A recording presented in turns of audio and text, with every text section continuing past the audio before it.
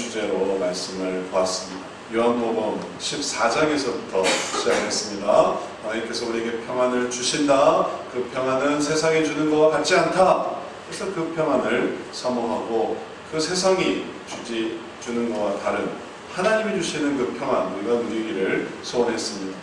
그리고 이제 한 달이 지났습니다. 그리고 다시 이제 14장, 15장, 16장으로 돌아와서 그 평안에 대한 이야기를 또 듣습니다. 우리가 이 16장에 오면서 한번 생각해 봅니다. 정말 평안이 뭔지를 제대로 이해하고 있는가? 우리가 평안이 무엇인가 이해하기 위해서 또 지난 3주 동안은 각각의 상황들을 봤습니다. 처음에는 풍랑이 일 때 배 안에서 주님이 주무시는 그 평안, 함께 하시는 그 평안, 그 평안에 대해서 생각해 봤고, 그 다음 주에는 뭔지 기억나세요? 다음 주에? 그 다음 번에? 혹시 기억 안 나시면 나중에 홈페이지에 또 나와 있으니까 한번 확인해 주시기 바랍니다. 나사로가 죽었다가 다시 살아나는 그 평안. 그리고 지난주에 했던 거는 엠마오로 가는 두 제자에게 주시는 평안. 그들이 엠마오로 가려고 하다가 평안을 찾고 나니까 엠마오로 갈 필요가 없었어요. 그리고 다시 예루살렘으로 돌아왔습니다. 자, 이러한 평안들을 우리가 상황마다 그리고 또 순간마다 사건마다 하나님께서 주시는 그 평안을 보았는데 공통점이 뭘까요? 주님이 주시는 평안의 공통점. 풍랑이 치는 바다의 배 안에서의 주님과 함께 누리는 그 평안. 죽었으나 그러나 다시 살아나게 하시는 그 은혜를 누리면서 누리는 평안. 그리고 또 엠마오로 가다가 예루살렘으로 돌아오는 삶 속에서의 그 평안의 공통점은 뭘까요? 이 공통점은 주님이 함께 하신다는 것입니다. 그걸 깨달으면 우리가 이제 평안이 뭔지를 깨달은 거예요. 세상이 주는 것과 같지 않다라는 것은 세상은 우리를 어떻게 평안하게 합니까? 세상은 우리들을 즐겁게, 세상은 우리가 잘났다고 생각하게, 세상은 우리에게 능력이 있다는 걸 생각하면서 그래서 평안하게 합니다. 그러나 그건 정말 사실일까요? 난 할 수 있어, 난 할 수 있어, 좋은 날이 올 거야, 꿈은 이루어질 거야, 언젠가 살다 보면 행복은 이루어질 거야. 그게 정말 우리를 평안하게 할까요? 순간적일 뿐입니다. 그때뿐일 거예요. 혹은 그러면서 더 죄악 가운데 들어간다고 한번 해보십시오. 평안하긴 합니다. 교회 안 나오기 그렇게 평안해요. 예전에는 교회 나가지 않아서 참 불편했는데 뭔가 죄책감이 있었는데 어느 순간 교회 안 나가는데 평안해요. 그럼 그 평안이 제대로 된 평안입니까? 하나님을 따르지 않는데 그게 너무나 마음이 평안해요. 성경을 안 읽었는데 마음이 평안해요. 기도를 하는데 마음이 평안해요. 세상 사람들과 놀다 보니까 마음이 평안해요. 그럼 그 평안이 제대로 된 평안입니까? 그 속에서 쓰러지는 거죠. 심판으로. 그렇게 악하다고 말하는 그 사람으로 떨어지는 겁니다. 자기가 말했던 왜 그렇게 못합니까? 왜 이렇게 똑바로 못합니까? 하던 이 싫어하던 사람, 그 모습으로 떨어지는 거예요. 그래서 그 평안은 좋은 평안이 아닙니다. 그러나 주님이 주시는 평안은 우리로 하여금 올라가게 합니다. 또 극복하게 합니다. 그럴 때 주님이 함께 하십니다. 근데 이 함께 하시는 이 평안에는 이제 오늘 우리가 마지막으로 살펴보는 이 최종적인 지금까지 본 모든 평안을 종합적으로 정리해서 보는 이 평안 속에 우리들이 이제 알게 되는 건 뭐냐면 여기에는 방향성이 있다라는 것입니다. 그것은 예를 들어 자전거를 한번 생각해 보십시오. 자전거가 쓰러지지 않으려고 균형을 잡습니다. 자전거 타보시는 분들은 알겠지만 자전거 쓰러지지 않아요. 외발로 서 있는데 자전거 쓰러지지 않아요. 그러나 그 자전거가 균형을 잡는 그 자전거를 탈 줄 아는 그 균형은 가만히 서 있을 때 이루어지는 게 아닙니다. 그건 앞으로 달려가면서 이루어지는 거예요. 서 있으면서 자전거를 쓰러지지 않게 하는 거는 그건 되게 어려운 거죠. 그건 서커스나 묘기에서 나오는 거. 정말 조금 더 움직이지 않으면서 균형을 잡을 수 있겠습니까? 조금 움직이긴 하겠지만. 모든 사람이 자전거를 탈 때 공통적으로 경험하는 거는 이거는 방향성입니다. 어디에서 어디로 가는 거예요. 여기에서 저기로 가는 겁니다. 그래서 균형을 잡는 거예요. 그게 자전거 탈 줄 아는 것입니다. 평안도 마찬가지예요. 평안이 그저 삶 속에서 흔들리지 않아. 나는 이제 아무 마음에도 흔들리지 않아. 내 마음은 평안해. 주님과 함께 하셔. 그리고 그 속에서 그냥 가만히 평안을 누리는 그런 게 아니라 이게 우리로 하여금 어디에서 어디로 가는 삶을 보여줍니다. 그리고 그러한 삶을 알아갈 때 우리가 정말로 평안을 누리는 것입니다. 근데 이걸 알지 못하면 자전거 탈 줄은 알아요. 탈 줄은 아는데 타지는 않아요. 그럼 무슨 소용이 있겠습니까? 어떻게 타는지는 안단 말이에요. 균형도 잡을 줄 알아요. 그런데 타지를 않는 거예요. 그러면 어떻게 되겠습니까? 자전거, 예를 들어 좋은 자전거 있다고 한번 생각해 보세요. 어떤 좋은 자전거는 우리의 생각을 넘어서더라고요. 전에 우리 청년 중에 한 명이 자전거를 가져왔어요. 좋아 보이는 거예요. 그래서 이거 얼마짜리냐 물어봤더니 싸게 샀대요. 중고로 싸게 샀대요. 그럼 싸게 산다면 도대체 얼마일까? 싸게 사는 250만 원. 그럼 이게 신품은 얼마냐? 350만 원. 그런 자전거도 있더라고요.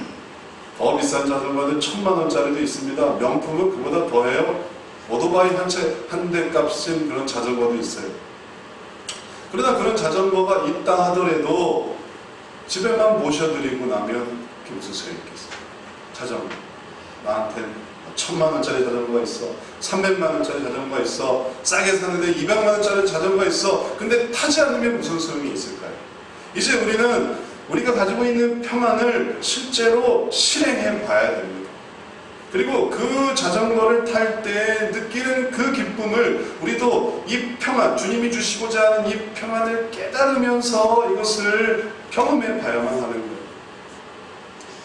이제 오늘 우리들이 그 온전한 평안을 누리고자 할 때 주님께서 주시는 말씀은 이 평안에 대한 아주 중요한 교훈입니다. 33절 말씀 우리 같이 한번 읽어봅니다.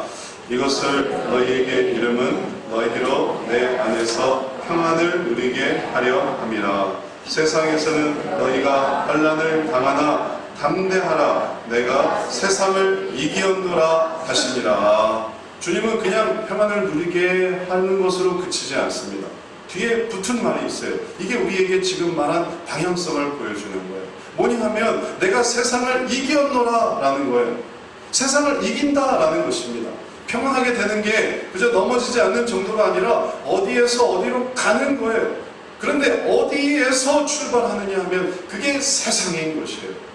세상을 이긴다는 것이 바로 주님의 평안의 의미였던 것입니다. 그래서 이긴다라는 말이 뭘까요? 이긴다는 말이 헬라어로 말한다면 니카오라는 것입니다. 영어로 말하면 overcome이라는 것이에요. 그러면 좀 더 해석하자 보면 극복하다, 이겨내다, 이긴다는 말도 쓰여집니다. 그러나 극복하다, 압도하다 그런 의미가 있는 거예요. 그러면 이 세상을 이긴다는 게 뭘까요? 세상과 싸운다라는 게 아니고 세상과 결투를 한다 이런 게 아니고 세상을 극복하는 거예요. 이 평안 속에서 이 세상을 이겨내는 것입니다. 그래서 세상이 우리들로 하여금 우리를 넘어설 수밖에 없는데 이 세상을 내가 압도하는 거예요. 그 세상으로부터 올라서는 것이에요. 우리들이 얼마나 이 세상으로부터 극복돼야 되는지 아십니까? 세상은 얼마나 우리들로 하여금 우리를 압도하려고 하십니까? 우리를 평안을 잃어버리게 만듭니다. 세상이 우리들로 하여금 가만히 있어서는 안 되게 만듭니다. 우리를 막 자극합니다. 온 세상은 우리들로 하여금 같은 사람이 되게 만들어요. 길을 걸을 때도 세상은 우리들을 압도합니다. 그래서 빨리 뒤에서 막 밀어제치는 거예요. 전철을 타보세요. 네? 뒤에서 서 있으면 빨리 올라가세요. 내가 지금 어디 서 있겠어요? 올라가는 쪽에 서 있는 거예요. 에스컬레이터에. 그럼 비켜주든지 아니면 뒤에서 치고 올라오는 사람들에서 이제 올라가야 됩니다. 세상은 우리를 그렇게 해요. 자녀를 기르다 보면 얼마나 우리들을 치고 오는 이 다른 학부형들이 있습니다. 자녀 그렇게 키우면 안 되는데요. 그럼 나중에 큰일 납니다. 우리들을 막 압도합니다. 그럼 우리가 막 밀려나가는 거예요. 그래. 그럼 안 되지. 우리 애도 이렇게 돌리고 저렇게 돌리고 이렇게 해야지. 다른 부인들이 우리들을 얼마나 압도합니까? 당신 남편 그렇게 두면 큰일 납니다. 이렇게 해야 됩니다. 저렇게 해야 됩니다. 그리고 막 우리들을 압도하는 거예요. 오히려 세상이 우리를 이기려고 하는 거예요. 그럼 거기에 그냥 이렇게 한번 해보십시오. 그럼 지금 우리가 이렇게 아주 평안하게 이렇게 예배 드리는 게 이게 불가능해지는 거예요. 지금 왜 이러고 있어요? 지금 학생은 가서 일하고 공부하고 직장인은 하루라도 더 일을 해야죠. 그래야 승진이 되고 인사고과가 올라가고 그래야 이 상관의 신임을 얻죠. 장사를 하면 장사를 하루라도 더 해야죠. 지금 먹고 살기가 이렇게 빠듯한 시기에 지금 이렇게 한가롭게 이러고 있을 수가 있겠습니까? 뿐만 아닙니다. 우리를 더 악하게 만드는 게 있어요. 이거 쉽게 하면 안 됩니다. 이 세상의 삶 속에 그렇게 어리숙하게 보여서는 안 됩니다. 아주 좀 강함을 보여주세요. 아주 단호함을 보여주세요. 좀 매몰차게, 때로는 좀 확고하게, 좀 냉정하게 그렇게 우리들을 압박합니다. 그런데 주님께서 우리들에게 보여주시는 건 뭐냐면 평안을 주신다는 것이에요. 평안. 우리에게 평안을 주셨어요. 그리고 말씀하시는 것은 내가 세상을 이겼다 라고 말씀하십니다. 그게 무슨 말일까요? 우리에게 평안을 주시면서 너희가 환난을 당하나 담대하라 내가 세상을 이겼다 라는 건 뭘 의미할까요? 우리도 그 평안을 받고 세상을 이겨내기를 주님이 원하시는 것입니다. 이 세상을 우리도 이겨낼 때 그때 평안을 누리면서 같이 평안을 누리나 그러나 세상에 압도돼 버리면 평안은 금방 사라져 버려요. 그러나 정말 주님 안에서 평안을 누리면서 세상에 압도되지 않을 때 큰일 났어. 너 이렇게 해야 돼. 너 저렇게 해야 돼. 당신 그렇게 해야 됩니다. 저렇게 해야 됩니다. 라고 막 우리를 할 때 걱정 마세요. 하나님이 저와 함께 계세요. 할 때 우리는 압도되지 않는 흔들리지 않는 요한일서 말씀이 이것을 더욱 분명하게 보여주고 있습니다. 자녀들아 너희는 하나님께 속하였고 또 저희를 이겼나니 이는 너희 안에 계신 이가 세상에 있는 이보다 크심이니라. 저희를 이겼나니 세상을 이겼나니 여기에도 똑같이 니카오가 쓰이는 거예요. 오버컴 극복하는 거예요. 싸우는 게 아닙니다. 그래서 극복해내는 거예요. 너희가 하나님께 속하였기 때문에 저희를 세상을 이겼다. 왜냐? 너희 안에 계신 이가 세상에 있는 이보다 크시기 때문에. 그래서 우리가 마음의 평안을 누리는 것입니다. 우리 안에 계신 이가 더 커 그분을 의지하기 때문에 그 안에서 평안을 누릴 때 우리가 하나님께서 주시는 그 평안을 누리게 됩니다. 우리의 삶 속에서 주님은 우리에게 이러한 평안을 주시기를 원하십니다. 우리 여러 가지 분주한 삶 속에서, 여러 가지 번잡한 삶 속에서, 여러 가지 아주 경쟁이 치열한 삶 속에서 바로 이러한 극복하는, 이기는 삶을 살아가게 됩니다. 그럴 때 우리는 세상에서 이겨 나오는 거예요. 세상에서 나오는 것입니다. 세상에서 극복되는 것이에요. 성경에 우리가 그렇게 극복된 사람들의 모습을 보게 됩니다. 다니엘 3장에서 다니엘의 세 친구들이 바벨론 왕 느부갓네살 앞에서 그것을 극복하느냐 극복하지 못하느냐로 씨름하고 있습니다. 느부갓네살 왕은 이 다니엘의 세 친구에게 경고했습니다. 자, 이제 너희들에게 한 번에 더 기회를 주겠다. 이제 내가 만든 이 신상 앞에 절하지 않으면 너희는 저 풀무불에 들어갈 테고, 풀무불에 아주 그냥 불이 아주 그냥 이 아궁이에 아주 불을 끝까지 지폈어요. 아주 그냥 너무너무 뜨거운 불이 되었습니다. 자, 이제 선택해라. 너희가 여기서 나에게 내 신상에게 절을 할 거냐, 순순히 말 들을 거냐, 굴복할 거냐, 아니면 풀무불에 들어갈 거냐. 그때 다니엘의 세 친구 사드락, 메삭, 아벳느고가 뭐라고 말했습니까?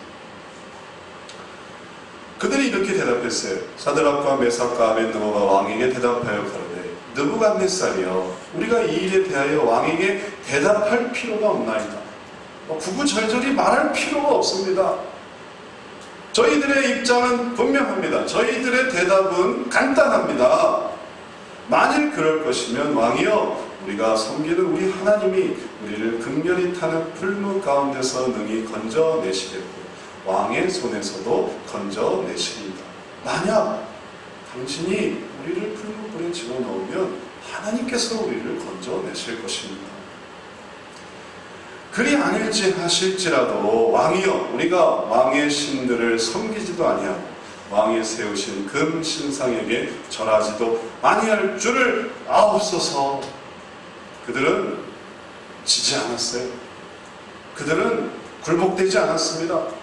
그들은 극복해냈어요. 그들은 이겼습니다. 그들은 그것을 오히려 압도했습니다. 그 결과가 뭘까요? 혹이었나요? 괜한 만용이었을까요? 이제 곧 죽을 텐데 괜한 호기를 부린 거야. 그런 것이었을까요? 아닙니다. 정말로 사드락, 메삭, 아벳느고를 느부갓네살이 분노한 가운데 그럼 저들을 불문불에 집어넣어라 해서 넣었더니 어떤 일이 일어났습니까? 그들은 죽지 않았어요. 그리고 놀라운 일이 일어났습니다. 이 느부갓네살 왕이 집어넣었는데 그들이 죽지 않고 불 속에서 막 돌아다니는 거예요. 그걸 집어넣은 사람은 불에 타 죽었는데 불이 너무 뜨거워서 그 속에 들어간 이 세 사람은 노닥거리고 있는 거예요. 신기하게도. 근데 더 놀라운 걸 보았습니다. 그 속에서, 불 속에서 뭘 보았냐면 때 느부갓네살 왕이 놀라 급히 일어나서 모사들에게 물어 가로되 우리가 결박하여 불 가운데 던진 자는 세 사람이 아니었느냐? 세 사람이었죠. 사드락, 메삭, 아벳느고 세 사람이 아니었느냐? 그들이 왕에게 대답하여 가로되 왕이여 옳소이다. 우리가 세 사람을 집어넣었습니다. 근데 그걸 집어넣은 사람 불에 타 죽었다고. 세 사람을 집어넣었어요. 근데 느부갓네살 왕이 목격한 건 도대체 무엇이었을까? 왕이 또 말하여 가로되 내가 보니 결박되지 아니한 네 사람이 불 가운데로 다니는데 상하지도 아니하였고 그 넷째의 모양은 신들의 아들과 같도다. 세 사람을 집어넣는데 네 사람을 거기 다니는 거예요. 그럼 이 한 사람은 도대체 누굴까? 왜 존재하지 않았던 사람이 거기서 나타났을까? 근데 느부갓네살 왕이 그가 누구라고 생각했냐면 이건 누구 아들 같은데? 신들의 아들 같은데? 그럼 우리는 느낌이 와요. 그 아들이 누구였을까? 누구였겠어요? 네? 예수님이죠. 예수님. 하나님의 아들 예수님. 그 예수님은 풀무불 속에서 모습을 드러내셨어요. 그들이 왕 앞에서 담대하게 외칠 때에도 드러나지 않았지만 그러나 그 고난의 풀무 속에서 그 괴로움 속에서 그들을 함께 하셨어요. 그들이 타지 않는 거예요. 그들이 압도되지 않는 거예요. 불에 극복되지 않는 것입니다. 그것이 평안이었어요. 그리고 그 평안 속에서 우리들이 예수님과 함께 할 때 우리들이 정말로 모든 것을 이겨낼 수 있는 것을 깨닫습니다. 그리고 예수님과 함께 할 때 그 놀라운 일들이 일어나는 것을 보게 됩니다. 뿐만 아니라 그 예수님과 함께 할 때 우리는 더 놀라운 함께함을 경험합니다. 그건 뭐냐 하면 예수님과 함께하면서 하나님과 함께하게 된다는 거예요. 우리가 예수님을 이렇게 붙들면서 예수님 도와주세요. 예수님 도와주세요. 예수님 함께 해주시길 원합니다. 우리의 고난 중에 우리의 연약함 중에 그럴 때 우리가 하나님과 함께 할 때 그 하나님 예수님은 또 하나님과 동행하시기 때문에 결국 하나님과 연결이 되어버려요. 오늘 말씀에서 다시 돌아왔을 때 예수님이 그것을 우리에게 설명해 주시고 보라 너희가 다 각각 제 곳으로 흩어지고 나를 혼자 둘 때가 오나니 벌써 왔도다. 그러나 내가 혼자 있는 것이 아니라 예수님 그분이 혼자 있는 것도 아닌 거예요. 아버지께서 나와 함께 계시느니라. 그래서 우리가 예수님을 붙드는 건 이 예수님이 하나님과 함께 계시기 때문에 결국은 하나님과 함께 하는 거예요. 우리가 이렇게 하나님과 함께 하기를 얼마나 원했습니까? 하나님이 우리 삶 속에 함께 하기를. 근데 그 일이 이루어지는 거예요. 예수님을 붙드는 것을 그래서 더 나아가서 하나님과 함께 그렇게 되어지게 되는 것입니다. 우리의 삶 속에 근원적인 불안함이 있습니다. 우리가 인생을 살아가면서 갖게 되는 아주 본능적인 불안함이 있습니다. 어려서부터의 불안함이 있을 수 있습니다. 이것은 격리불안이라고도 말합니다. 자녀가 부모와 함께 할 때 그 안정감을 찾을 수 있는 거예요. 그런데 어머니가 나랑 함께 하지 않는 거예요. 때로는 어머니가 혹은 아버지가 매정하게 내 방에 탁 두어버리는 거예요. 나는 어머니 아버지와 함께 자고 싶은데 그래서 그 사이에 쏙 들어가고 싶은데, 그런데 어머니 아버지가 넌 이 방에서 자 하고 이렇게 밀치는, 그래서 내가 밀리는, 그럼 혼자 두려워하면서 자게 되는 그런 불안함이 있을 수 있습니다. 뿐만 아니라 친구들과 이제 삶을 살아가게 되면 나는 친구들과 놀고 싶은데, 나는 친구들과 더 사이좋게 놀고 싶은데 친구들이 넌 우리랑 놀 수 없어, 너는 남자잖아, 너는 여자잖아, 너는 키가 작잖아, 너는 키가 크잖아, 너는 뚱뚱하잖아, 너는 말랐잖아, 너는 돈이 있잖아, 너는 돈이 없잖아, 그러한 기준으로 끼워주지 않는 때, 그때 또 분리불안을 경험합니다. 나는 아무도 없구나, 나는 아무도 없구나. 이게 끝나는 것 같습니까? 삶으로 더 살아가다 보면 학벌로 인해 격리를 경험합니다. 소득 수준으로 인해 격리를 경험합니다. 취미로 격리를 당합니다. 너는 못하니까, 너는 안 껴줘, 당신은 뭐가 좀 부족하니까 안 됩니다. 그래서 우리들이 격리를 경험합니다.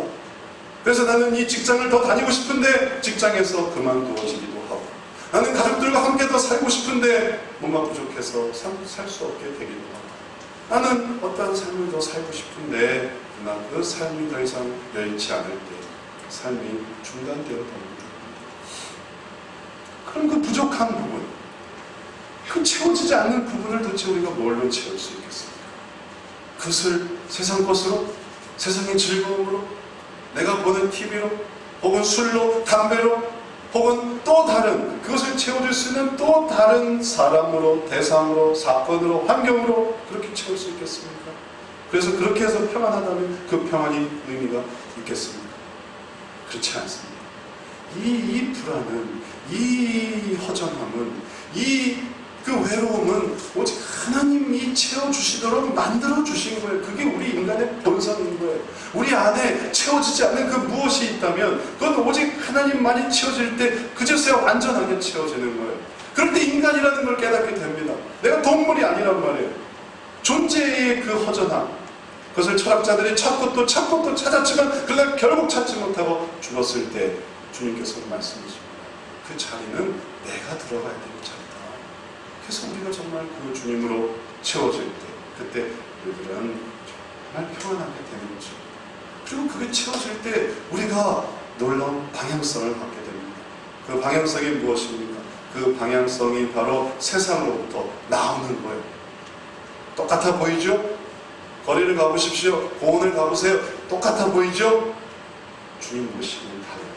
주님으로 채워진 사람이 있고 주님으로 채워지지 않은 사람들이 있어요. 그래서 우리가 주님으로 채워져 있기 때문에 우리가 세상으로부터 나오는 거예요. 세상을 이겨내는 거예요. 세상 사람들처럼 살지 않는 것입니다. 저는 목회를 하면서 여러모로 참 이러한 일들을 많이 경험합니다. 때로는 기분 나쁠 때가 있어요. 왜 내 설교를 잘 안 들어줄까? 기분 나쁘고. 때로는 화가 날 때도 있습니다. 왜 나는 이걸 하고 싶은데 이 일이 이루어지지 않을까? 때로는 낙심될 수도 있습니다. 내 능력이 이거밖에 안 돼요. 또 때로는 두렵습니다. 앞으로 어떤 일이 일어나려고, 또 앞으로 이런 일을 하기 위해서는 뭐가 있어야 될까? 때로는 두렵기도 하고, 또 때로는 외롭기도 해요. 때로는 부끄럽기도 해요. 다른 친구들의 대학 동기나 혹은 또 고등학교 친구들이나 그때는 뭐 내가 누군지 잘 드러나지 않으니까 그런 사람들에 비해서 내가 지금 이 모습은 뭐 자랑스러운 모습인가? 그렇지 않은 것을 또 느끼면서 또 부끄러워할 때가 있어요. 그거는 제가 단지 목회자라서가 아닙니다. 저는 여러분이 느끼는 그 느낌을 동일하게 느끼고 있는 것뿐이에요. 우리 모두가 다 그런 것을 느낍니다. 남자로서 느끼고 여자로서 느끼는 게 아니에요. 아빠로서 느끼고 엄마로서 느끼는 게 아니에요. 우리 모두가 다 그런 것을 느낍니다. 감정에 있어서는 동일해요. 그래서 우리가 때로는 좌절하기도 하고 절망하기도 하고 그 사람을 이렇게 믿기도 하고 화도 나기도 하고 그렇게 해서 우리의 감정이 요동치는 것이에요. 그러나 우리가 또 동일한 면이 있는데 그걸 어떻게 해결하는가? 그냥 큽니다. 저는 어떻게 해결할까요? 저는 무슨 용한 재주가 있는 것 같으세요? 제 뒤에는 든든한 자산가가 있어서 윤 목사님 걱정하지 마세요. 제가 다 대주겠으면 그런 사람이 있는 줄 아세요? 우리 뭐 가정 배경이 아주 넉넉해서 뭐 그런 것들을 다 대주고 그럴 줄 아세요? 그런 거 없어요. 그런 거 없어요. 늘 혼자입니다. 아무것도 없어요. 늘 그 순간에서 혼자예요. 그럼 그 혼자 속에서 제가 아는 건 뭐냐면 주님을 의지하는 것밖에 없어요. 하나님 도와주세요. 하나님 도와주세요. 하나님, 제가 여기서 제 평안을 잃어버렸습니다. 제가 지금 최근 일어난 이 일들 때문에, 최근 일어난 이 사람 때문에, 최근 일어난 이 사건 때문에 제가 괴롭습니다. 힘듭니다. 저도 인간이란 말이에요. 휴먼이에요. 휴먼. 동물이 아니에요. 인간이에요. 기계가 아닙니다. 성정이 있는 사람인 거예요. 그러나 이 사람이 균형을 유지할 수 있는 것은 주님을 의지할 때뿐이더라고요. 그래서 주님을 의지합니다. 주님을 의지해요. 기도 시간에 기도하고, 또 밥 먹으면서 하나님 어떻게 할까요? 생각하고, 또 앉아있을 때, 서 있을 때 하나님, 하나님, 하나님 그렇게 주님을 불러요. 그러면 새로운 일이 일어나요. 여러분도 그것을 경험하실 수가 있어요. 뭐가 일어나냐면 하나님께서 나와 함께 하시는구나 깨달아지는 거예요. 왜냐하면 내가 그 하나님을 이렇게 붙들고 있는 만큼이나 내게 느껴지는 촉각이 있는 거예요. 내가 이걸 붙들고 있기 때문에 내가 느껴지는 촉각. 내가 붙들지 않았을 때는 느껴지지 않았는데, 내가 이걸 붙들고 있는 동안 내가 느껴지는 이 반작용, 내가 이걸 밀고 있기 때문에 밀리지 않는 것을 느끼는 그 반작용을 느끼게 되면서 주님이 살아계시는 거예요. 그는 붙들어 본 사람만 아는 신기해요. 그래서 야, 주님이 나와 함께 하시는 거예요. 내가 붙들 때 주님이 붙들어 주시는 거예요. 내가 붙들 때 주님이 밀치지 않는 거예요. 밀칠 수가 없는 거예요. 내가 주님을 붙들고 있고 그걸 내가 느끼니까 그게 때로는 되든 안 되든 간에 그럴 때 정말 새로운 상황이 일어나요. 그렇게 괴롭고 힘들고 어떡하지 목에 차던 그 괴로움이 내려가요. 견딜만 하겠어요. 거기에 압도되는 것 같아서 정말 미쳐버리겠다. 네? 미쳐버리겠다. 괴롭다. 죽고 싶다. 그런 마음이 요만큼밖에 없어요. 네? 항상 있는 게 아니라 요만큼밖에 없어요. 그러나 그럴 때 주님 살려주세요. 주님 살려주세요. 도와주세요 할 때 내려가. 그 느낌이 있어요. 그 느낌. 그 기분이 있어요. 그 압도됐던 게 이렇게 내려오는 그 상쾌함이 있어요. 그리고 그 다음부터는 그 유행어들, 그 느낌 아니까. 그 느낌 아니까는 좋은 느낌이야. 그 좋은 느낌 아니까. 그 상쾌함 아니까. 그걸 또 찾는 하나님 또 도와주실 줄 믿습니다. 그렇게 살아왔습니다. 앞으로도 그렇게 살아갈 것이에요. 그럴 때 그것이 비로소 우리가 세상에서 나온다. 세상에서 나와 쓰러지지 않는 것입니다. 균형을 잡았어요. 자전거 타기에 비유를 했으니까 말씀드리면 이제 그 상쾌함을 누리고 그 상쾌함 속에서 그래 이거야 하고 여기서 나옵니다. 그러면 나왔다는 건 분명합니다. 그러면 가는 곳은 어딜까요? 세상에서 나왔으니까, 세상을 이겼으니까, 세상을 극복했으니까 나온 건 세상이었어요. 가는 곳은 어딜까요? 가는 곳은 주님이 말씀해 주세요. 가는 곳이 어디냐 하면 예수님이 이렇게 말씀하셨습니다. 내가 아버지께로 나와서 세상에 왔고 다시 세상을 떠나 아버지께로 가노라. 가는 곳이 아버지인 게 아니 아버지와 함께 한다고 했잖아요. 함께 하면 다 된 거 아닌가요? 넘어지지만 않으면 되는 게 아닌가요? 아닌 거예요. 아버지의 나라가 있는 거예요. 아버지의 그 놀라운 영광이 있었습니다. 그래서 예수님께서는 뭐라고 표현하셨냐면 아버지가 나와 함께 하시면서 그 함께 하심을 누리면서 내가 아버지께로 가노라. 그 나라로 가는 거예요. 그래서 그 나라로. 그래서 예수님이 어디에 오셨습니까? 보좌 우편까지. 보좌 우편은 그 위로 더 이상 없다는 거예요. 보좌가 제일 높은데 하나님의 보좌가 제일 높은데 그 위가 아니니까 그 아래가 아니니까 그 옆이니까 최고에 오셨다는 거예요. 우리도 마찬가지입니다. 우리가 주님을 의지하면서 이제 나아갑니다. 세상에서 나아가요. 직업은 다양하죠. 근데 은퇴하면 똑같아요. 직업이 뭐든 은퇴하면 똑같아요. 뭐 전군을 호령하던 장성도 우리나라를 다스리던 대통령도 은퇴하면 할아버지예요. 예전에 뭐 했는지 그게 하나 중요한 게 아니에요. 은퇴하면 할아버지예요. 떵떵거리던 아줌마도 떵떵거리던 사모님도 은퇴하면 할머니예요. 집이 있고 땅이 있고 자녀가 너무나 많아도 나이 들면 그냥 허리띠든 할머니든 인간은 다 똑같아요. 그러면 지금이 중요한 거예요. 지금 현직에 있을 때, 지금 또 위치에 있을 때, 지금 생명이 있을 때, 지금 능력이 있을 때 우리는 이 세상으로부터 나와야 합니다. 그리고 하나님께로 가는 거예요. 그를 끼는 거예요. 그때 흔들리지 않는 거예요. 보십시오. 평안을 잃어버리면 나올 수가 없어요. 평안을 누릴 때 여기서 나왔어요. 하나님께 가는 것입니다. 제가 들었던 어떤 한 목사님이 자전거 타기와 관련된 재미있는 예화가 있었어요. 어떤 목사님의 얘기입니다. 이 목사님이 대학에 들어갔는데 대학에 들어가서 과외 요청을 받았대요. 그래서 어떤 한 학생, 남학생을 과외를 하게 됐답니다. 그래서 이제 과외를 가르치는데 이 과외를 하는 이 학생의 누나가 있었대요. 근데 이 누나가 자기한테 관심이 있더래요. 그래서 자기도 이 누나가 나를 좋아하는구나 라는 걸 알았대요. 자기가 아주 유명 대학의 학생이었고 또 동생을 가르치니까 관심이 있는 줄을 알고 나도 뭐 그렇게 나쁘지 않았대요. 그런데 어느 날 그 누나가 자기 보러 자전거를 타러 가자고 하더래요. 같이 놀자. 나이가 많으신 분이었어요. 요즘 자전거 타러 가자고 안 할 것 같아. 요즘 영화 보러 가자고 하지. 근데 좀 나이가 있으신 분이라 이제 옛날에 자전거 타러 가자고 하더래요.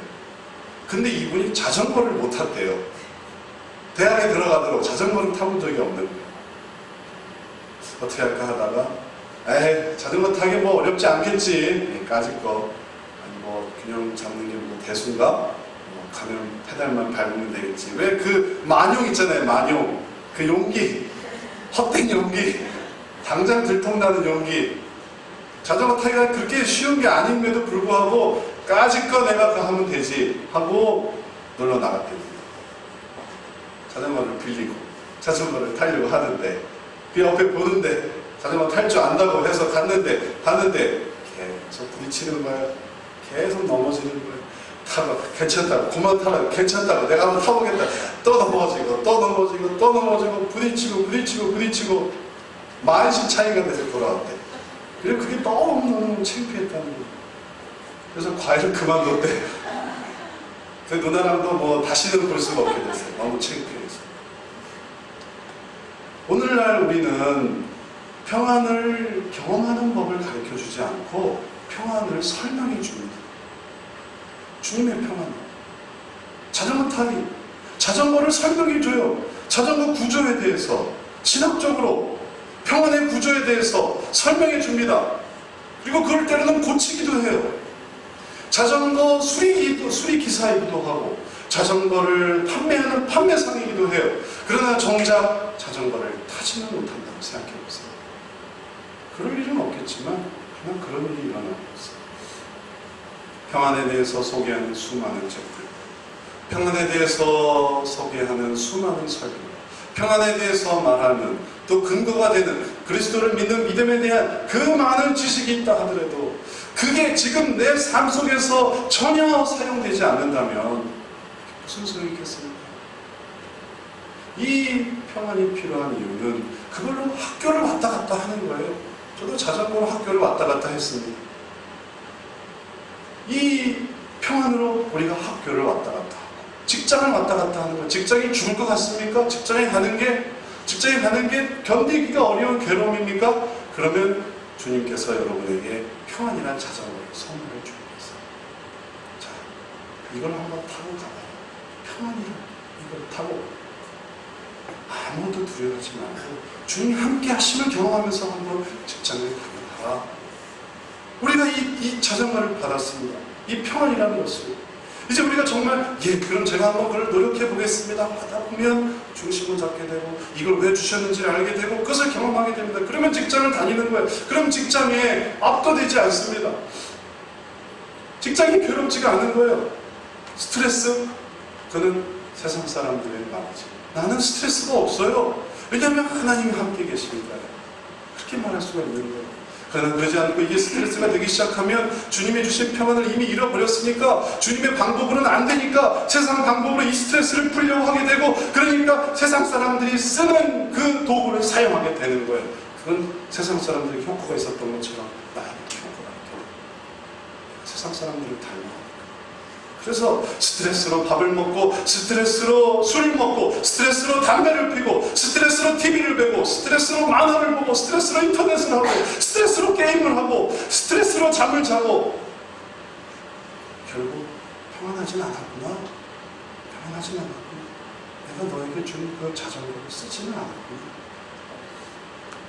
이제 주님이 다시 우리에게 평안을 주십니다. 주님이 우리와 함께 하시니 정말 내가 한번 해보자. 그러면 이제 노력하면 돼요. 정말 제대로 노력하면 됩니다. 보이기 위한 노력이 아니라 순간에 여자친구가 될 만한 사람이 보고 있고 그걸 갑자기 하려고 하니까 이게 당황해서 이게 안 되죠. 이게 안 돼요. 그러나 하면 됩니다. 제가 우리 딸에게 어떻게 자전거를 가르쳐 주는지 아세요? 우리 저 반포 종합운동장을 데리고 왔어요. 늘 이 보조바퀴만 달더라고요. 큰 딸이 이제 어렸을 때, 둘째 딸도 이제 준비하고 있지만 보조바퀴로 늘 하다 보니까 자기도 불편하고 보기도 안 좋고, 그래서 이번에 자전거를 배우자 해서 자전거를 가지고 갔어요. 종합운동장에 넓은 곳에 가서 하겠습니다. 넘어지죠. 계속 넘어져요. 안 돼요. 그래서 어떤 방법을 썼냐면은, 자 예인아, 이제 아빠가 네 목을 잡아줄게 해서 목을 잡아줬어요. 이 뒷목을 잡아줬어요. 그래서 중심을 잡아줬어요. 잡아주니까 중심을 잡더라. 좋은 방법인 것 같아요. 혹시 여러분도 나중에 뭘 잡아줘야 되더라고요. 그렇지 않으면 이 균형을 잡는 이 달팽이 고리가 이 딱 그 균형을 못 잡아주는 거예요. 우리가 종종 네, 균형을 못 잡으면 목을 좀 잡아줘야 될 필요가 있습니다. 네, 균형을 못 잡을 때 그렇게 해서 잡아주면 잡히더라고요. 그래서 함께 했어요. 좋은 분위기에서 혼내고 야단치고 그런 게 아니라 안정된 분위기에서. 그러니까 금세 균형을 잡더라고요.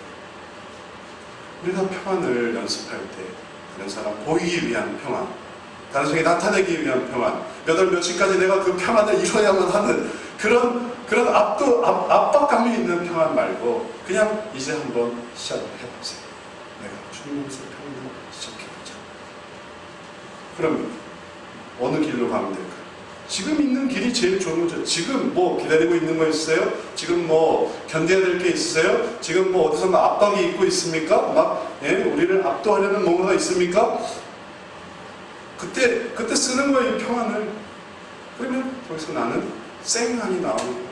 내가 아버지께로 갑니다. 걱정 마세요. 하나님이 나와 함께 하셔서 아버지께로 갑니다. 내가 세상에 속해 있지 않아요. 걱정 마세요. 그래서 우리가 직장을 갈 수 있습니다.